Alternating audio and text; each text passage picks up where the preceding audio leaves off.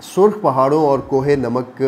के पहाड़ों में मौजूद ये वादी जिसको काला बाग कहा जाता है इतनी खूबसूरत है कि इस वादी के अंदर ना सिर्फ पाकिस्तान का बहुत सारा पानी ज़ख़ीरा किया जा सकता है, लेकिन इसके साथ साथ इस वादी की सारी खूबसूरती भी मुतासर हो सकती है। काला बाग डैम पे बहुत सारी मुखालफत, बहुत सारे सूबे इसकी मुखालफत करते हैं, बहुत से लोग इसकी मुखालफत करते हैं। इसके फ़वाइद क्या हैं, इसके नुकसानात क्या हैं, ये है कहाँ, सारे हक़ाइक़ आपको इस वीडियो में बताता हूँ। अगर आपने मेरा चैनल सब्सक्राइब नहीं किया तो आपको सब्सक्राइब करना है, बेल आइकन इसलिए दबाना है ताकि आपको हमारी वीडियोज़ मिलती रहें। हालिया बारिशों के बाद मुल्क में जो सैलाब की सूरत हाल है, इसके बाद एक बहस ने जन्म लिया है और वो बहस ये है कि पाकिस्तान के अंदर डैम अगर होते तो शायद इतनी तबाही ना होती। काला बाग डैम एक ऐसा कंट्रोवर्शियल इशू है कि जब भी इस पर बात की जाती है तो पाकिस्तान के अंदर बहुत सारी आवाज़ें उठती हैं कि काला बाग डैम नहीं बनना चाहिए और बहुत सारे लोग ये बात करते हैं कि काला बाग डैम बनना चाहिए। अब हक़ाइक़ क्या हैं, काला बाग डैम से मुतल्लिक़ कुछ दिलचस्प मालूमात हैं जो आप जानना चाहते हैं, सोचा आपसे शेयर करते हैं। और इसके साथ साथ इसका तारीख़ी पस मंज़र क्या है, कब इसको बनाना शुरू किया गया, वजह क्या है, कौन बनाने से रोकता रहा और असल हक़ाइक़ इसके पीछे क्या हैं वो आपसे शेयर करूँगा। इसके साथ साथ काला बाग डैम की मुखालफत जो हो रही है उसके अंदर टेक्निकल रीज़न्स क्या हैं और सियासी वजूहात क्या हैं, और लास्ट में हम ये भी बात करेंगे कि ये ज़रूरी क्यों है और हमें पाकिस्तान में अगर काला बाग डैम बनता है तो फ़वाइद क्या होंगे और अगर नहीं बनता तो फिर हमारे पास ऑल्टरनेट ऑप्शंस क्या हैं। तो सबसे पहले काला बाग डैम के जो दिलचस्प हक़ाइक़ हैं वो आपसे शेयर करता हूँ। तो लफ्ज़ काला बाग जो है तुर्की और फ़ारसी से माखूज़ है और तुर्की और फ़ारसी की ज़बानों में जो लफ्ज़ काला है, पाकिस्तान और बहुत सारे इलाकों में काला के नाम से मुख्तलिफ़ इलाकों के नाम रखे जाते हैं, जैसे आपने काला शाकाकू या बाकी नाम सुने होंगे। तो काला का जो वर्ड है इसका मतलब होता है कोई गाँव, कोई इलाका, और बाग जहाँ पर हरियाली होती है, लोग रहते हैं या उनका वहाँ पर गुज़र बसर होता है। तो काला बाग का मतलब सिर्फ एक सरज़मीन है जहाँ लोग रहते हैं। कुछ कहावतों में, कुछ जगहों पर इस तरह की भी स्टोरीज़ इसके साथ माखूज़ की जाती हैं कि बहुत सब्ज़ पत्तों पे के जो वहाँ बागात हैं वो इतने डेंस हैं कि वो दूर से ही आपको ब्लैक नज़र आते हैं, तो उसके नाम से भी शायद काला बाग का नाम माखूज़ किया गया है। ये सारी चीज़ें इसकी तारीख़ के साथ मौजूद हैं, इसलिए आप तक इनको पहुँचाया है। काला बाग डैम की अगर महल वकूअ की बात की जाए तो काला बाग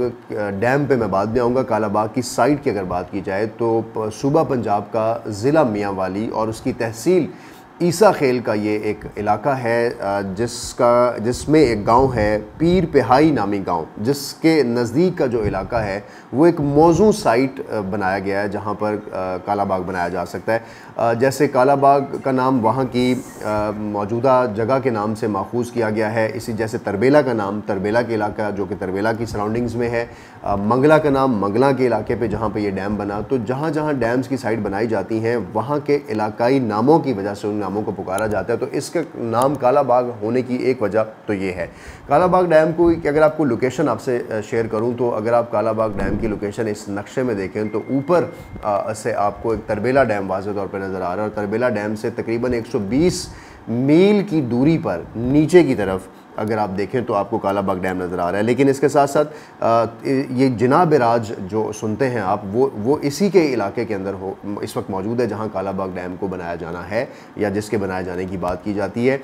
इससे कुछ नीचे की तरफ अगर आप आएँ तो चश्मा बैराज भी आपको नज़र आता है। तो चश्मा बैराज, जिनाब बैराज और फिर ऊपर तरबेला डैम जो है ये सारे इंडस रिवर के ऊपर हैं और इसी के ऊपर ये डैम की एक मौजू साइट जो है वो बनाई गई है।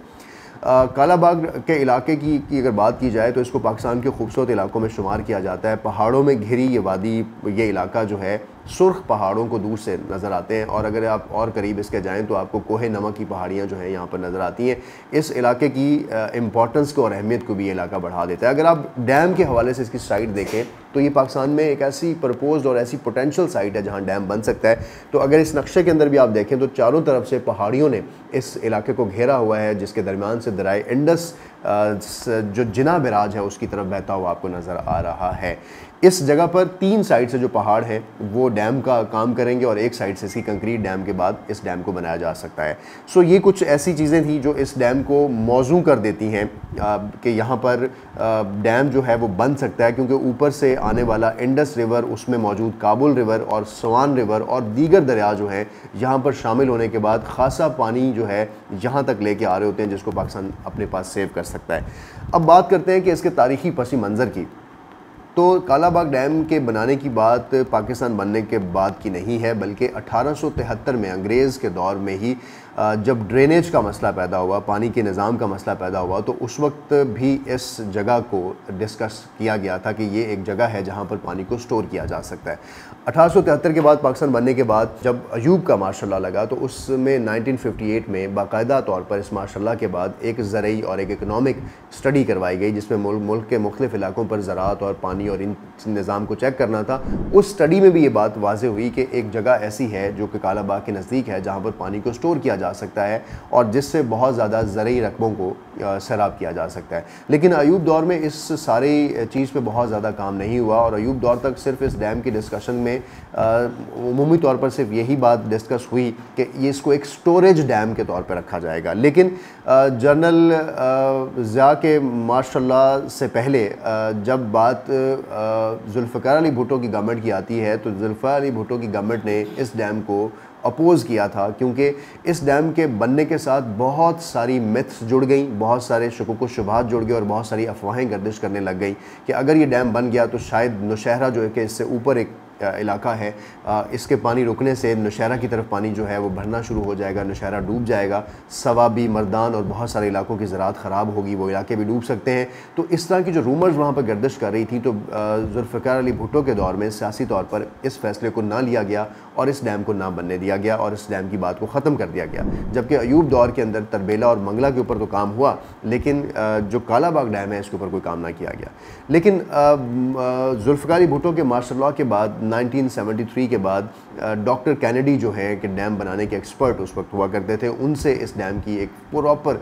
स्टडी करवाई गई। यूएनडीपी ने इसको फ़ंड किया, $25 मिलियन पैसे भी दिए, इसकी तमाम फिजिबिलिटी रिपोर्ट बनी। तकरीबन 1970s के लास्ट में जाके ये जब रिपोर्ट कंप्लीट हुई तो डॉक्टर कैनेडी ने ये बताया कि पाकिस्तान के अंदर ये जो डैम है इसको बनाने में 3 से 5 साल लग सकते हैं, जो कि बहुत कम अरसा है और बहुत जल्दी पाकिस्तान के डैमों में इसका शुमार होता अगर उस वक्त ये बन जाते। उन्होंने ये बताया कि इस डैम की जो टोटल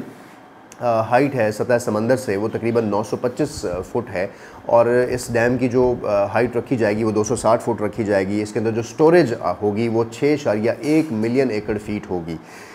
तकरीबन 6 मिलियन एकड़ फीट होगी। इससे जो रकबा सैराब किया जा सकता है इसका पानी स्टोर करने के बाद वो तकरीबन 50 लाख एकड़ होगा। सस्ती बिजली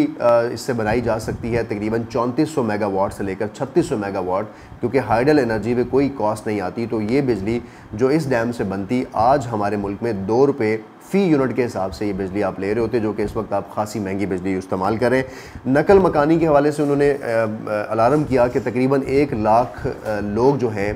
वो नकल मकानी कर सकते हैं, हिजरत कर सकते हैं और उनके कारोबार इससे मुतासर हो सकते हैं, जिस पर गवर्नमेंट को प्लान बनाना था। इस सारी फिजिबिलिटी स्टडी में जो डॉक्टर कैनेडी के दौर में 1970s और तकरीबन 1983 में जो कि कम्प्लीट हुई, 1984 में इसका डॉक्यूमेंट आ गया कि ये इसकी इकोनॉमिक फिजिबिलिटी है। तकरीबन 5 से 6 अरब डॉलर उस वक्त अखराजात इसके बताए गए, जो कि आज तकरीबन $15 बिलियन से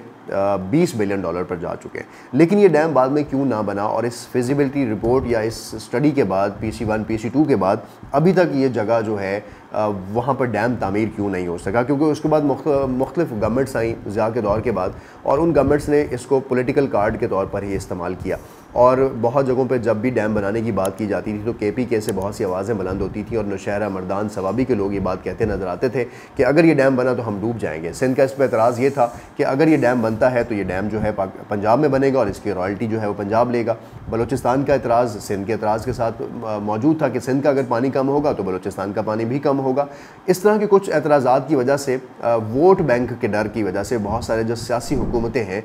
चाहे वो नवाज़ शरीफ की हुकूमत हो, चाहे वो जुल्फ़िकार अली भुट्टो की गवर्नमेंट रही, बेनज़ीर का दौर रहा, उसके बाद जब मुशर्रफ दौर आया तो मुशर्रफ दौर के बारे में ये कहा जाता था कि मुशर्रफ का दौर एक पावरफुल दौर था। वो चीफ़ ऑफ आर्मी स्टाफ भी थे, बैक वक्त वो सदर पाकिस्तान भी थे और इतने इख्तियारात के बाद, अपने रेफरेंडम्स के बाद, पावर होने के बावजूद वो इस डैम को नहीं बना सकते थे। गो कि उन्होंने इस डैम को बनाने की बात की। उस वक्त उनके साथ जो उनकी जमात काफ लीग थी, उन्होंने उनको ये मशवरा दिया कि अगर आपने इस डैम को बनाने की बात की और या आपने इस डैम को बनाने की तरफ गए तो ये शायद आपकी सियासी मौत होगी। तो सियासी तौर पर इस डैम को ना बनाने के ऊपर भी मुशर्रफ ने एक यू टर्न लिया, जिसको मुशर्रफ ने मुतअद्दिद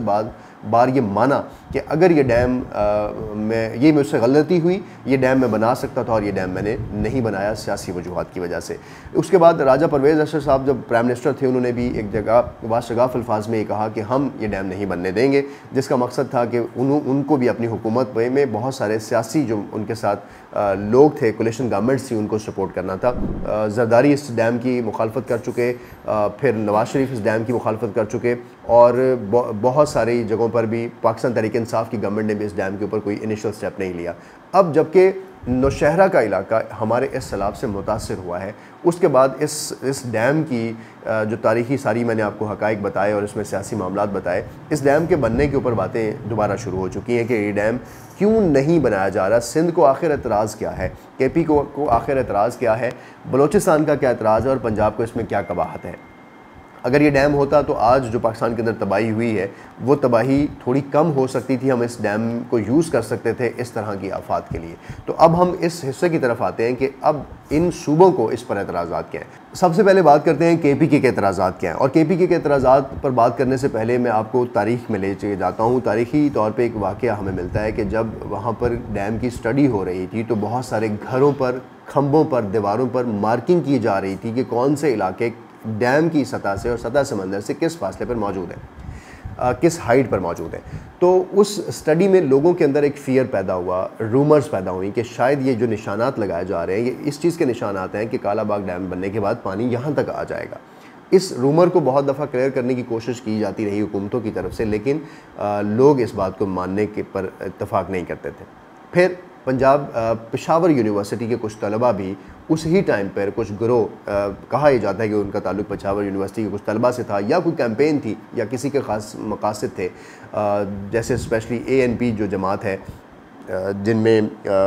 अवामी नेशनल पार्टी के रहनुमा वली ख़ान हैं जो कि इसके मुखालफत में बहुत रहे हैं, उनकी तरफ से या किसी और ग्रोह की तरफ से कुछ तलबा जो हैं वो रोड्स पर आके कुछ ऐसी जगहों पर मार्किंग कर रहे थे और जिससे लोगों को मज़ीद डराया जा रहा था कि आपके घर भी इसमें डूब जाएंगे, आपकी ज़मीनें भी इसमें डूब जाएंगी। तो कुछ इस तरह के डर और इस तरह के रूमर्स की वजह से लोगों ने इस डैम की मुखालफत को जारी रखा और इस डैम को ना बनने दिया गया। जब भी इलेक्शन ईयर आता था या अपने पॉलिटिशियंस होते थे या असम्बली में कोई करारदादों की बात होती थी या डैम बनाने की कोई ख़बर की बात होती थी, तो सबसे ज़्यादा जो रिटेलिएशन आती थी वो मर्दान से, सवाबी से, पिब्बी से, चारसद्दा से, नौशहरा से, इन इलाकों से आती थी, क्योंकि उनका ये एतराज़ था कि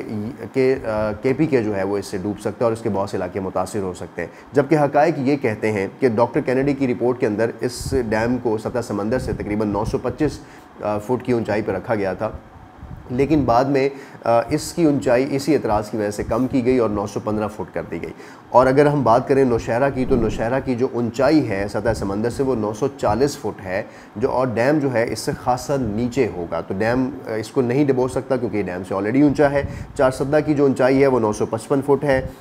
मर्दान की जो ऊंचाई है वो 970 फुट है, सवाबी की जो सतह समंदर से फासला ऊंचाई है, हाइट है, वो 1000 फुट है। तो डैम इन तमाम शहरों से खासा नीचे था और इस रिपोर्ट के अंदर इस बात का ख्याल रखा गया था कि इसमें पानी जो सेव किया जाएगा वो कहीं इन इलाकों को ख़राब ना करे। अब आते हैं सिंध की तरफ। सिंध को ये एतराज़ था कि दरियाए सिंध का पानी जो है वो कम हो जाएगा और इंडस क्योंकि इस पानी को स्टोर करेगा, तो जब इंडस इस पानी को स्टोर करेगा तो जैसे तरबेला और मंगला के वक्त कुछ पानी स्टोर करने में वक्त लगा था और सिंध की तरफ पानी कम हुआ था, तो ये इस बार भी होगा, जो कि शायद महज 1 या 2 साल की बात है। और जैसे आजकल मौजूदा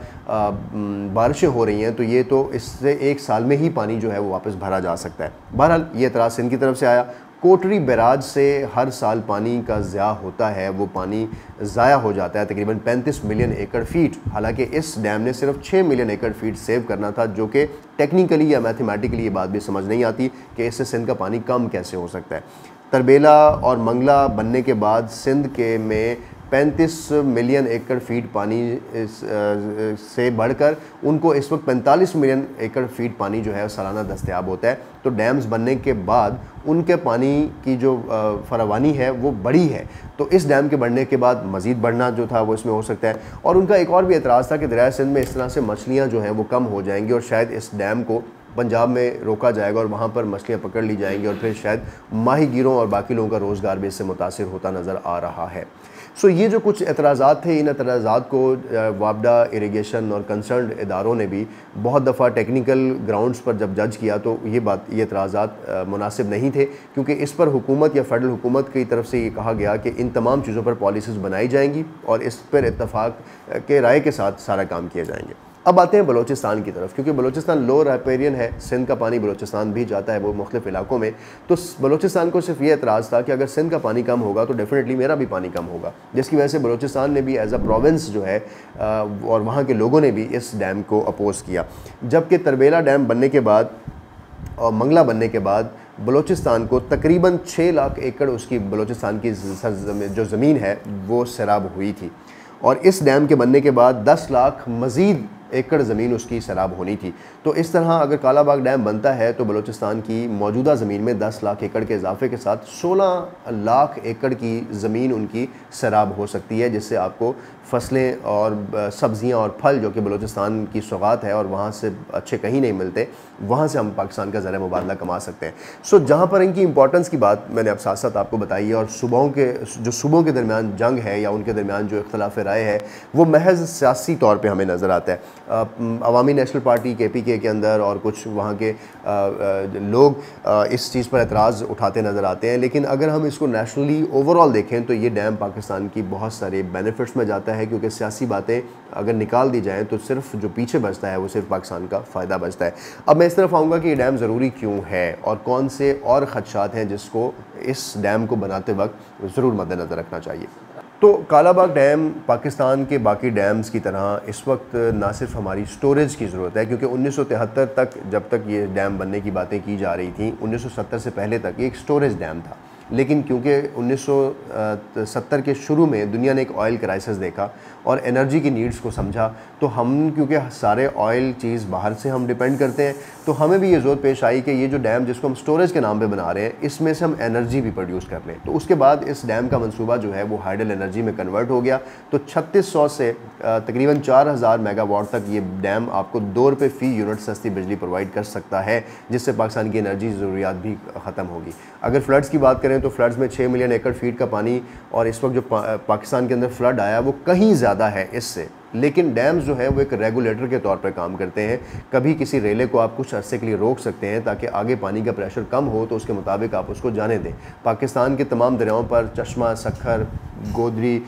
कोटरी, गद्दू, ये सारे बराज जो हैं इन पर पानी रोका जाता है और फिर पानी को अपने मुताबिक इंतज़ामिया जो है वो यूज़ करती है। बहुत सारी जगहों से TP लिंक कैनाल्स निकाली जाती हैं उन इलाकों में, चोलिस्तान, बहावलपुर के इलाकों में, बहुत सारे बलूचिस्तान के इलाकों में, KPK के इलाकों को सैराब किया जा सकता है, जहाँ पर पानी ना होने की वजह से फसलें नहीं होती। पाकिस्तान में गन्ना और चावल हर साल कम हो रहे हैं, उसकी वजह सिर्फ पानी के ना होना है। और जिस तरह इस पर क्लाइमेटिक चेंजेस आ रही हैं, तो पाकिस्तान को इस पानी को स्टोर करना होगा और वो हम डैम के ज़रिए कर सकते हैं। जो बहुत बड़ा खदशा डैम्स के साथ होता है वो ये होता है कि 1 लाख लोग अगर इससे नकल मकानी करेंगे, या पाकिस्तान उस जोन के अंदर है जो वॉर जोन है, खुदा न खास्ता हम दहशतगर्दी की जद में रहे, इस डैम को ख़तरा पहुँचाता या किसी डैम की कोई दीवार क्रैक करता है, तो उससे पाकिस्तान के वो इलाके जहाँ पर डैम मौजूद होता है ये उनके लिए ख़तरे की अलामत होते हैं और वो उस इलाके को डुबो सकते हैं। इसलिए बड़े डैम बनने के ऊपर बहुत सारी इंसानी हुकूक की तंजीमें भी इस पर एतराज़ करती हैं, और शायद पाकिस्तान को भी इस ख़तरे को मद्देनज़र रखते हुए अपने डैम्स की जो स्ट्रेटेजिक इंपॉर्टेंस है उसका ख्याल रखना होगा।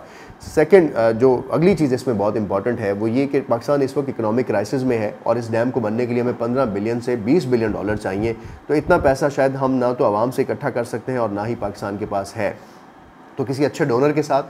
किसी अच्छे फ़ंड के साथ इस डैम को कंस्ट्रक्ट किया जा सकता है, जो कि पाकिस्तान को ना सिर्फ इकोनॉमिक क्राइसिस से बचाएगा बल्कि जो क्लाइमेटिक हमारा इस वक्त GDP का नुकसान हो रहा है ये इससे भी हमें महफूज रख सकता है। एक एतराज़ उठाया जाता है कि किसी भी एक रिवर के ऊपर ज़्यादा से ज़्यादा 2 या 1 डैम बन सकते हैं। तो कोलोराडो बहुत बड़ा रिवर है, यूनाइटेड स्टेट्स और मैक्सिको के दरमियान बहता है। 15 डैम सिर्फ इसी रिवर के ऊपर मौजूद हैं, और अगर रिवर नाइल जो दुनिया का सबसे लॉन्ग रिवर है उसके ऊपर 7 डैम बने हुए हैं। तो देयर आर मैनी एग्जांपल्स इस दुनिया में डैम्स जो हैं, लोग अपने छोटे छोटे डैम्स को प्रपोज करते हैं, बनाते हैं ताकि अपनी एनर्जी नीड्स को पूरा कर सकें, अपने इलाकों के पानियों की नीड्स को पूरा कर सकें। पाकिस्तान इस वक्त एक वाटर स्ट्रेस्ड कंट्री बनने जा रहा है, जिसका पानी जो है वो महज 25 से 30 दिन के लिए हमें अवेलेबल होता है, अगर खुदा न खास्ता बारिशें और ग्लेशियर्स ना पिघलें। और अगर हम डैम बना लेते हैं तो हम अपनी स्टोरेज कैपेसिटी को भी एनहेंस कर सकते हैं और हम 1, 2, 3, 4 महीने तक बगैर बारिश के और बगैर ग्लेशियर के भी सर्वाइव कर सकते हैं। हमें ये सोचना होगा कि हमें अपने जो सियासी एतराज़ात हैं या अपनी जो सियासी मुखालफत है उसको साइड पर रखना होगा